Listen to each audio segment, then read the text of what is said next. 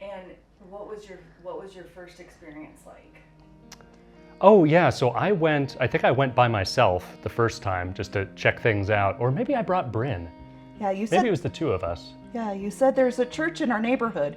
I should check it out. Yeah, and so I went there, and what was funny is the first time I walked in, I saw people I knew because I volunteer with an organization that shelters homeless folks here in Longmont, and it's like, oh, there's Marty. I know Marty from Hope.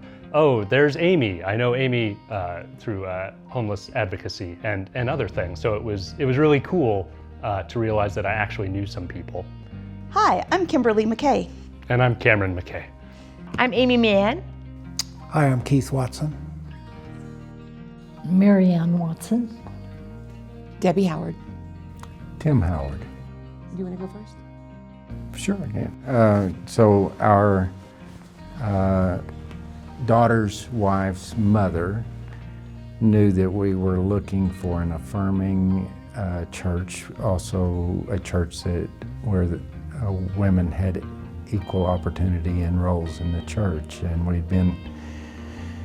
when we moved here from Arkansas, we had gone to a few different congregations and had not been able to find just what we were looking for. And then when Susan said, well, you might like Heart of Longmont, and once we came here, from the time we stepped in the door, we knew this was going to be it.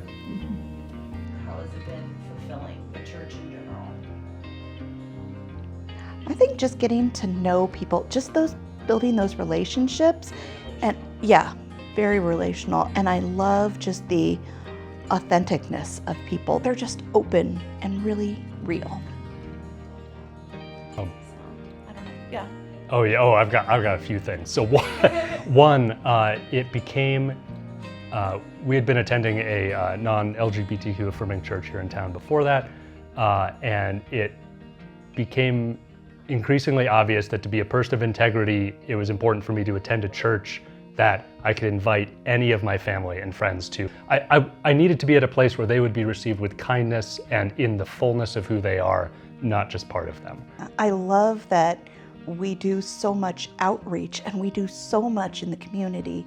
There's, the preschool, and there's the meals that we make, and there's just things every Sunday, everywhere, and you can get involved with so much, and it's doing good for people around us and not just for yourself, and that just feels so great.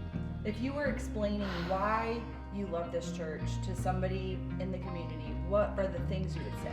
Number one is the open and affirming message that we have, justice-oriented, loving all people, aligns with my values, all of my values, honestly, and I was never afraid to not be myself here.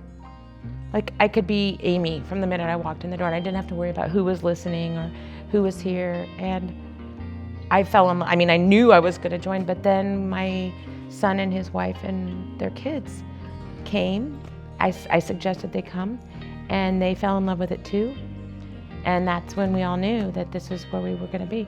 I was lead pastor here from 1986 to 1994. And so that was first time around. We retired in 2009 and chose to come back to Longmont. And when we came back, we thought, well, we ought to look at several United Methodist churches. We looked at a couple and chose to become involved here. And that was the beginning of the rest of our story. I think the church has always had some influence in the community and interest in caring for the community. But I think coming back, what really drew me, and I got to help choose this time, I haven't been choosing churches most of our lives, there was a real emphasis on welcoming everybody and what that really meant for us. So we got involved pretty soon with justice seekers who had just started meeting. And that's, for me, that's kind of where I felt that was my place to be. I've seen our congregation grow, and not just in numbers, but in its concern. I think that's the group that really led our congregation in this direction. And so, to me, that's what church is about, is living out our faith in the society that we live in. So that's why I like to be here.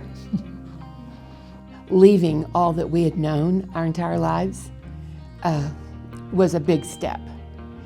And I think landing here at Heart of Longmont, we felt that healing start instantly.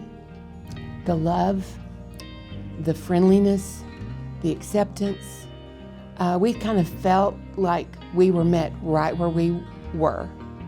And that's healing in and of itself, to feel that no matter what, once you step inside these doors, but once you step inside the hearts and lives of the people here, you're going to be loved and accepted where you are.